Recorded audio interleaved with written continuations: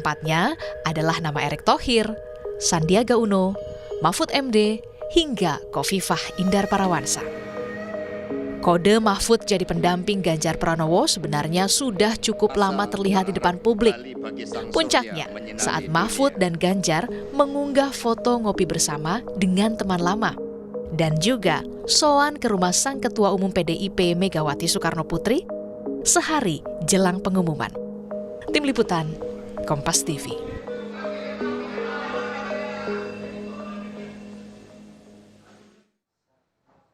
Berbalut kemeja batik hijau, saudara, Mahfud MD akhirnya menerima pinangan dari tim pemenangan Ganjar Pranowo untuk menjadi bakal calon wakil presiden Ganjar Pranowo. Benarkah sosok Mahfud mampu mendongkrak elektoral dari Ganjar di Pilpres? Kita akan langsung bahas bersama pengamat politik dari Universitas Al-Azhar, ada Ujang Komarudin. Kang Ujang, hatur nuhun sudah dapat datang ke studio mini Kompas TV di KPU RI.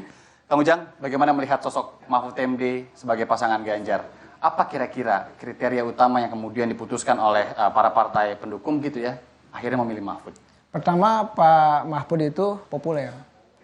Semua rakyat Indonesia tahu dan persis paham ya siapa sosok figur Pak Mahfud. Ya. Yang tegas, apa adanya gitu ya, selalu mengungkit kasus-kasus besar ya di Indonesia. Itu kan menjadi sebuah kelebihan dari Pak Mahfud MD. Di saat pejabat lain tidak mampu membuka kasus, Pak Mahfud MD punya kelebihan itu. Artinya Pak Mahfud dianggap sosok tadi populer yang juga punya integritas. Ya. Kedua, yang ketiga punya kapabilitas.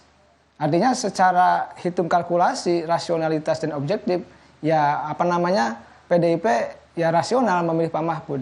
Yang paling penting adalah ya elektabilitas juga cukup.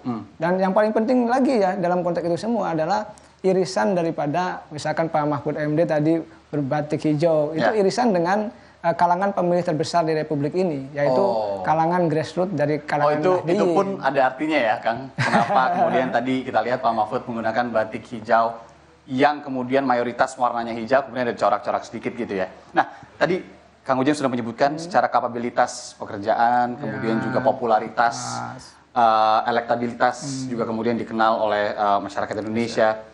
Tapi mampu nggak mendongkrak suara-suara yang memang diharapkan oleh tim gitu ya di Jawa Timur, kemudian juga terlebih kan kabarnya kurang juga di DKI dan Banten gitu. Ya memang beliau orang Madura kan, artinya dalam konteks teritorial Jawa Timur ya nanti bersaing dengan kubu Anies dan Cak Imin, karena Cak Imin juga berpengaruh dalam konteks mengambil suara PKB basis masa NU itu.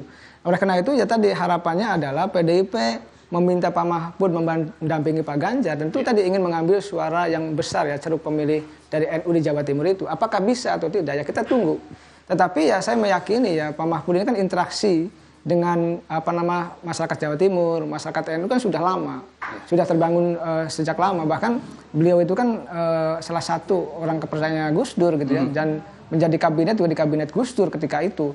Jadi saya melihat kalau soal nanti mampukah atau bisakah menambah elektoral bagi Ganjar, ya kita tunggu. Tapi kalau hitungan kalkulasinya, kalau ingin mengambil ceruk NU, ya maka tepat mengambil Pak Mahfud MD. Selain ada tokoh lain sebenarnya kalau kita ambil irisan NU seperti Bu Khofifah, ada Yani Wahid. Tetapi mungkin karena posisi Pak Mahfud MD yang Menko Polhukam yang begitu strategis juga, itu dibutuhkan ya bagi PDIP. Kita tahu misalkan dulu Ibu Megawati bersaing dengan Pak SBY Menko Polhukam.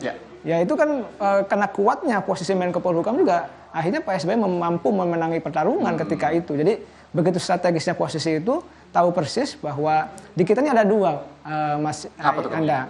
Di kita ada faktor elektoral, jadi masyarakat memilih gitu ya, kampanye untuk faktor elektoral yang ini formalistik sifatnya. Tapi kan ada faktor yang non elektoral. Nah, non elektoral ini kan permainan belakang layar gitu, menggunakan instrumen-instrumen mohon maaf penegak hukum untuk bermain di politik kan ini. Nah, Polhukam paling tidak kan menetralisir. Seandainya misalkan ada kecurangan dari pihak lain, menggunakan instrumen ya, misalkan kekuasaan untuk memenangkan pemilu, kan ada yang penetralisir di situ. Ini kalau udah ngomongin di balik panggung ini menarik karena apa yang kita tahu dan apa yang kita lihat selama ini kan di layar juga adalah politik depan panggung lah, atau panggung depan lah gitu ya. Kita akan lanjutkan perbincangan ini Kang Ujang, terutama membahas ini siapa yang kira-kira cocok mendampingi Prabowo kalau udah melihat katanya saat ini. Tetap di Rumah Pemilu Kompas TV, saudara.